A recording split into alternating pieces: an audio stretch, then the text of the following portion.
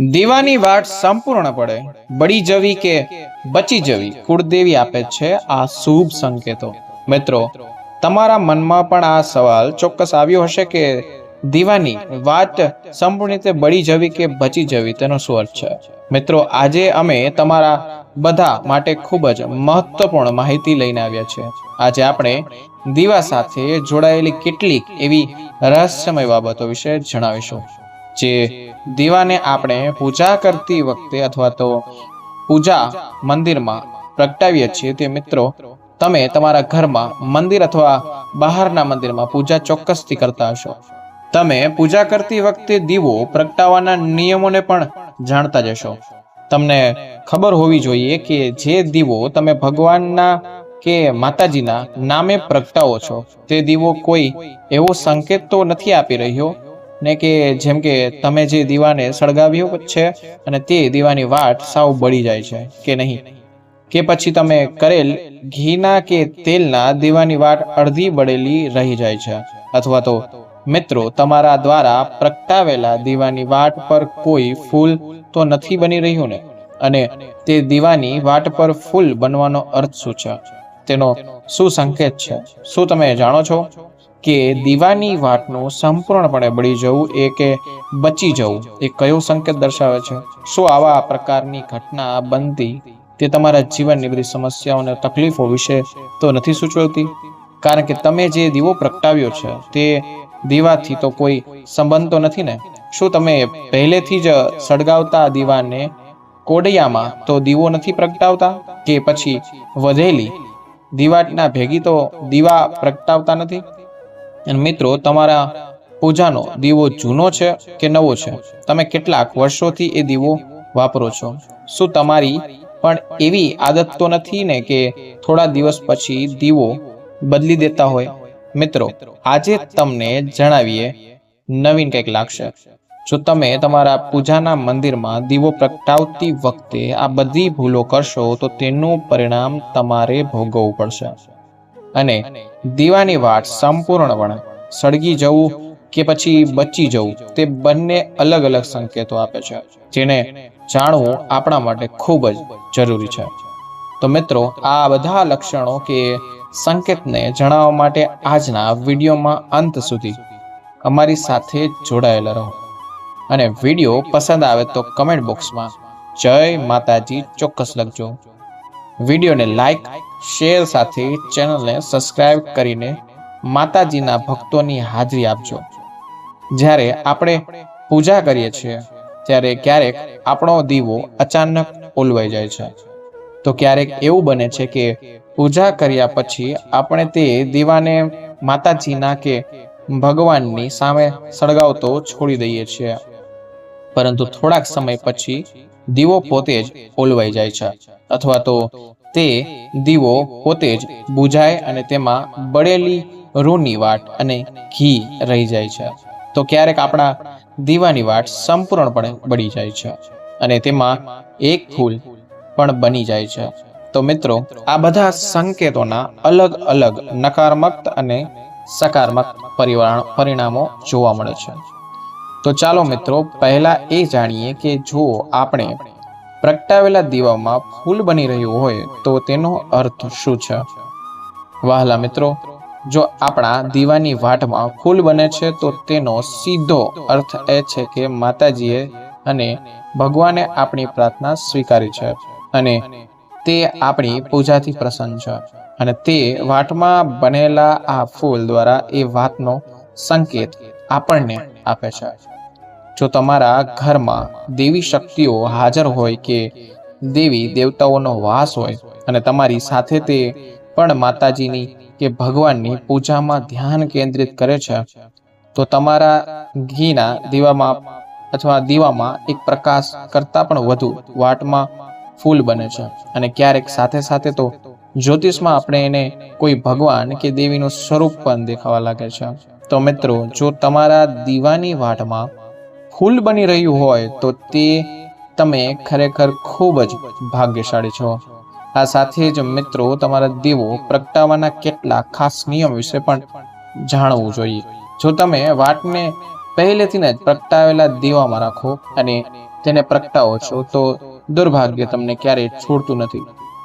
જો તમે પહેલેથી જ પ્રગટાવેલી વાટ કે કાળાશની રાહ જોઈ હોય તો દીવાને અન્ય કોઈ વસ્તુમાં પડેલી હોય અને જો તમે તમારી વાટ તેમાં નાખીને તે દીવાને સળગાવી દો છો તો તે દેવી દેવતાઓ અને ભગવાન તમારા પર પ્રસન્ન થવાને બદલે તમારા પર નારાજ થઈ શકે છે અને તમને આનો ખૂબ જ ભયંકર પરિણામો જોવા મળે છે. તમારું કામ બગડવા લાગે છે, તમારી તિજોરીમાં રહેલા પૈસા ખર્ચવા કે કોઈ કારણ વિના ઓછા થવા લાગે છે અને તમને પૈસા મળવાના તમામ રસ્તાઓ પણ બંધ થઈ જાય છે. તેથી મિત્રો, હંમેશા ધ્યાનમાં રાખો કે જ્યારે પણ તમે દીવો કરો છો ત્યારે તમારે હંમેશા સ્વચ્છ અને સાફ દીવો જ વાપરવો જોઈએ. મિત્રો, કેટલાક લોકોને દર થોડા દિવસ પછી દીવો બદલવાની આદત હોય છે. ત્યારે ગુરુજી કહે છે કે તમે જે દીવો વડે પૂજા કરો છો તેને ક્યારેય બદલવું જોઈએ નહીં. તમે તે દીવાને સિદ્ધ થવા દો. જ્યારે કોઈ પણ દેવી દેવતાઓની સામે કે કુળદેવી માની સામે કે ભગવાનની સામે જ્યારે દીવો પ્રગટાવવામાં આવે છે ત્યારે તે દીપકમાં ભગવાનના સકારાત્મક ઉર્જા આવે છે અને જ્યારે પણ તમે તે દીવો પ્રગટાવો છો તો તમારું શરીર એટલે કે તન અને મન બંને શુદ્ધ થઈ જાય છે. તેથી જ્યારે પણ તમે દીવો કરો ત્યારે તમે દરરોજ તે દીવાને સાફ કરો, પછી જ એ દીવાને પ્રગટાવો. મિત્રો, જ્યારે પણ તમે દીવો પ્રગટાવો ત્યારે તે દીવાને સાફ કરો અને વાટને તે જ દીવામાં સળગાવો. અને આવું તમે જેટલી વાર દીવો કરો તેટલી વાર એટલે કે વારંવાર સાફ કરીને જ દીવો પ્રગટાવો અને તે જૂના દીવામાં વાટને રાખીને સળગાવો. પરંતુ મિત્રો, જો તમે ભૂલથી પણ તે દીવાને બદલો છો તો પણ તમારી પ્રગતિમાં અવરોધ અને મુશ્કેલીઓ અથવા તો તકલીફો આવી શકે છે. તેથી તમારે તમારો દીવો ક્યારેય બદલવો જોઈએ નહીં. જો તમે સતત 10 વર્ષ કે 20 વર્ષ સુધી એક દીવામાં વાટ પ્રગટાવો છો તો ત્યાં તમારો દીવો સંપૂર્ણ રીતે સિદ્ધ થઈ ગયો છે અથવા સિદ્ધ થઈ જશે અને તમે તે દીવાને ચમત્કાર પણ તમારી આંખોથી જોઈ શકશો. તમારા ઘરમાં પણ તેનો ચમત્કાર જોવા મળશે. જો તમારા ઘરમાં કોઈ એવો દર્દી છે જે બીમાર છે અથવા તો જેનો તાવ ઉતરી રહ્યો નથી તો મિત્રો, તમારા દીવાને થોડાક સમય માટે એક વાસણમાં પાણી ભરીને રાખો અને હવે આ પાણીને બીમાર વ્યક્તિ કે દર્દીને આપો. મિત્રો, તમે જોશો કે તેના તાવ 10 થી 15 મિનિટ માટે ઉતરી જશે. આ સિવાય મિત્રો, જો તમારા ઘરમાં કોઈને નજર લાગી હોય કે પછી તમારો વ્યવસાય સારો નથી ચાલી રહ્યો તો તમે તાંબાના વાસણમાં પાણી ભરીને આ દીવો પ્રગટાવી દો અને પછી બીજા દિવસે સવારે તમારા ઘર અને તમારી દુકાનમાં પાણીનો છંટકાવ કરો. આમ કરવાથી તમે તેનું સ્પષ્ટ પરિણામ કે ચમત્કાર જોશો. કારણ કે જ્યારે આપણે એક જ વસ્તુનો પૂજામાં સતત ઉપયોગ કરીએ છીએ ત્યારે તે વસ્તુ સિદ્ધ અને એકદમ પવિત્ર બની જાય છે. મિત્રો, જો તમે તમારી પૂજામાં તેનો ઉપયોગ કરો છો તો તે વસ્તુમાં આપણે જે કોઈ ઈષ્ટ દેવી દેવતાઓને માનીએ છીએ, તે કુળદેવીને માનીએ છીએ કે પછી ભગવાનને કોઈને માનતા હોય તો મિત્રો તે દેવી દેવતાઓની દિવ્ય શક્તિ તેમાં સમાઈ જાય છે.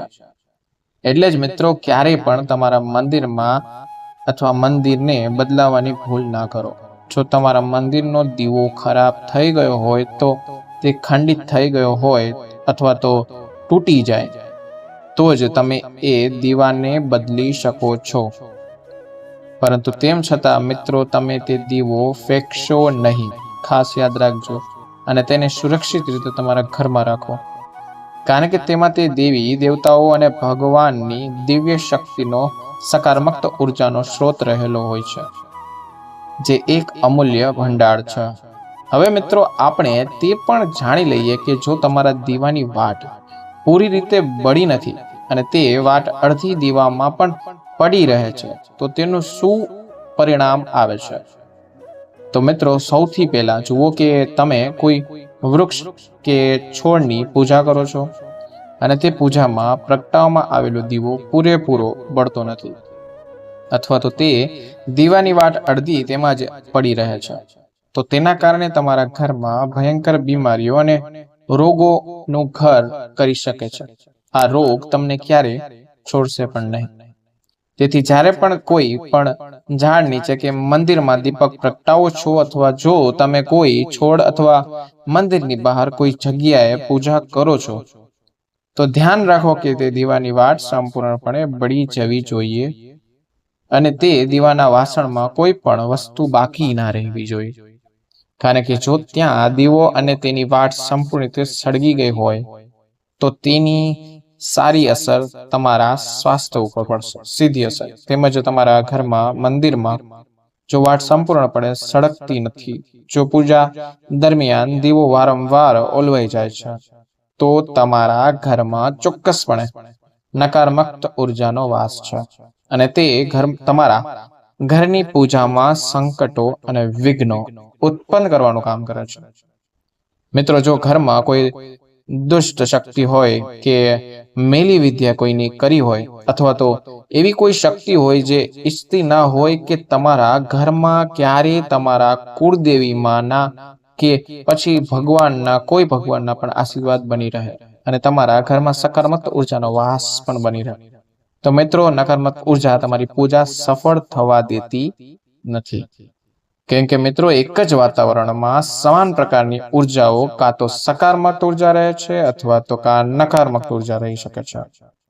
અને દુષ્ટ શક્તિઓ ક્યારેય ઈચ્છતી જ નથી કે દેવી શક્તિઓ હોય પછી કુળદેવીનો વાસ હોય તમારા ઘરમાં નિવાસ કરે.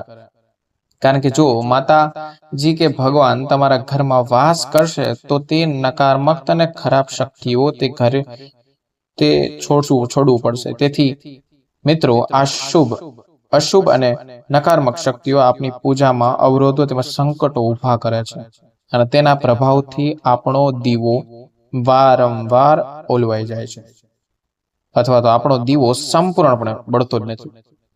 તો મિત્રો, આ બધાથી બચવા માટે તમારે શું કરવું જોઈએ? ખાસ સાંભળજો. આ માટે મિત્રો, તમારા સાચા હૃદયથી તમે જે કોઈ ઈષ્ટ દેવી અથવા તો કોઈ દેવતાઓને માનો છો કે ભગવાનને માનો છો તેવાનું તમારે સ્મરણ કરવું પડશે. અને જ્યારે પણ તમે દીવો કરો છો ત્યારે સૌ પ્રથમ કુળદેવી માને પ્રાર્થના કરો કે તમારી આસપાસ જે નકારાત્મક ઉર્જા છે તે તમારાથી દૂર રહે અને તમને તેની કૃપા તમારા ઉપર બની રહે. તેમજ આવી શક્તિઓથી બચવા માટે જ્યારે પણ તમે દીવો પ્રગટાવો ત્યારે ગંગા જળથી ગોળ વર્તુળ બનાવી લો. આ ગોળ વર્તુળના દીવો રાખો, કારણ કે ગંગાજળને ખૂબ જ પવિત્ર માનવામાં આવે છે અને ગંગાજળને મહાદેવનું વરદાન પણ આપવામાં આવ્યું છે. એટલે જ ગંગાજળના પાણીમાં કોઈ પણ દુષ્ટ શક્તિઓ પ્રવેશ શકતી નથી. તેથી ગંગાનું પાણી ક્યારેય બગડતું પણ નથી અને ગંગાજળ દરેક પ્રકારની ઉર્જાને સકારાત્મક ઉર્જામાં પરિવર્તિત કરે છે.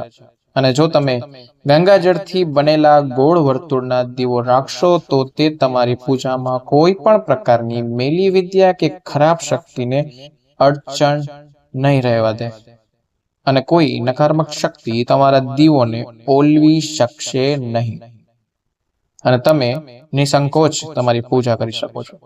અને દેવી શક્તિઓ હોય કે કુળદેવી માતા હોય, તેઓ પણ તમારા જીવનમાં તેમની હાજરીનો અહેસાસ તમને ચોક્કસ કરાવશે. તમને પોતાને એવું લાગશે કે માતાજી હાજરા જ છે. તેમજ મિત્રો, માતાજીના અને કુળદેવી માના આશીર્વાદ તમારા ઉપર હંમેશા બન્યા રહેશે. મિત્રો, હું આશા રાખું છું કે અમારા દ્વારા આપવામાં આવેલી આ માહિતી તમને દરેક પસંદ આવી હશે. તો કૃપા કરીને તમારી પોતાની ચેનલ સુર સ્ટુડિયોને લાઈક, સબસ્ક્રાઇબ કરીને બેલ આઇકોનને પ્રેસ કરજો. માતાજીના આશીર્વાદ સદાય તમારા પર રહેશે. ફરી મળીશું નવી માહિતી. ત્યાં સુધી રજા આપજો. તમારો ખૂબ ખૂબ આભાર વિડીયો જોવા માટે. નીચે કમેન્ટ સેક્શનમાં એકવાર જય માં લક્ષ્મી અથવા તમારા કોઈ ઈષ્ટદેવ અથવા કોઈ માતાજીનું નામ લખી શકો છો. મિત્રો, વિડીયોને પૂરો જોવા બદલ આપનો ખૂબ ખૂબ આભાર. હવે મળીશું નવા વિડીયો નવા ટોપિક સાથે. ત્યાં સુધી રાધે રાધે.